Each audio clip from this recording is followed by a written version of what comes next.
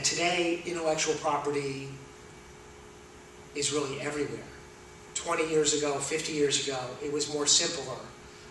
You had a brand, you had commercials for it, and it was much more straightforward. Now, you have a brand. There might be an online social media marketing campaign. There might be even a game that customers interact with the brand in order to get more information about it and gain points or dollars and things like that.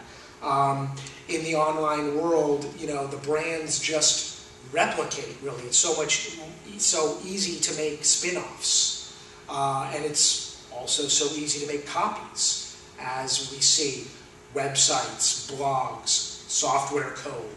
Everything can be copied so much easier because it's all there at the click of a mouse to point and click, and for somebody to download and for somebody to misappropriate. So today, intellectual property is even more important than it ever has been before. One great example I just saw last week of the sort of crossover now between online and software and tangible products and licensing deals is Zynga and their Farmville and Mafia Wars and other online games, which I admit I have never played and I know nothing about other than that they're really popular with kids these days. Well, 7-Eleven now has banners out in front of their stores, and they're promoting these online games, and you can buy points and credits and I think even products that are related to them inside of 7-Eleven. So this is really a big example of how intellectual property that was entirely virtual bits and bytes when it was created, these games through Facebook and other online sites, now are growing into the real world, and their brands are becoming even bigger. What exactly is a brand? And why is it important to you? Well, a brand tells your customers how to find you. It's your name. It's hopefully how you stand out from your competitors. What differentiates you from them? How do your customers find your website? How do your customers tell their friends about you if they love your product? How do your customers get back to you if they want to praise you, or they need support, or they want to buy another copy or another product? If you have a memorable, distinctive brand name, that all becomes second nature. If you have a name that it just blends in to a crowd of 50 competitors, they may not remember where they got that product from, and they may search online and they may come up with a competitor, or they may just not be able to find you because you're lost in this haystack. So having a brand that is distinctive and communicates a message to your customers really helps grow a relationship between you and your customer that hopefully will drive your bottom line in making you more successful and allowing you to stand apart from your competitors.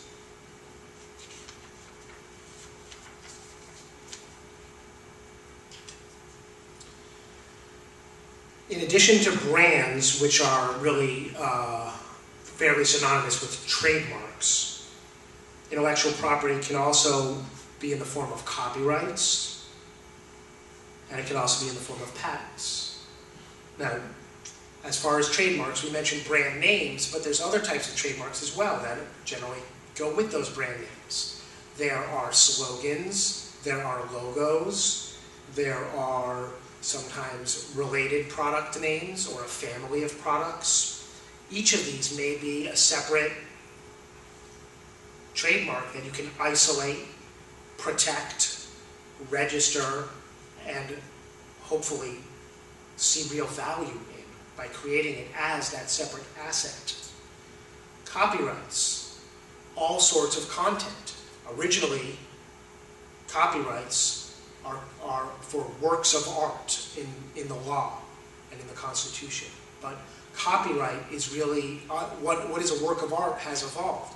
It used to be a painting or a sculpture or a piece of music. Today it includes all of those things, but includes code for software. It includes the text and the images and the graphics and the layout on a website. It could be an article. It could be a podcast. It could be a video. It could be a PowerPoint presentation. This PowerPoint presentation is copyrighted by me. What does that mean? That means that if somebody here were taking notes or recording this and using it without my permission and playing it at another conference that I could be speaking at and perhaps not even attributing it to me, they'd be violating my rights. I don't even have to register to do that. I just have to assert a copyright in it. The copyright really is embedded when it's created. And then by using proper copyright notice, which we'll get into soon, I enhance that protection. And then if I want to take the next step and actually go ahead and register it with the Library of Congress, I can protect it even further.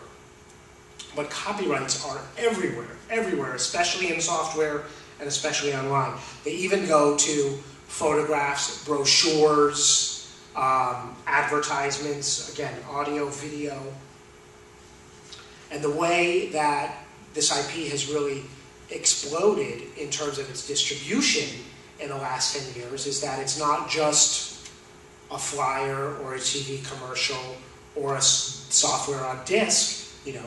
Now it's in a million different formats, a format for an iPhone or some other mobile device, a format for online use, a social media page and all the content on it. There could be copyright in a user forum that has contributions to it and articles and graphics and those type of things. So IP is just exploding everywhere. I'm sure there are ways that people will be creating and using IP in 5 years that we're not even aware of, haven't thought of today.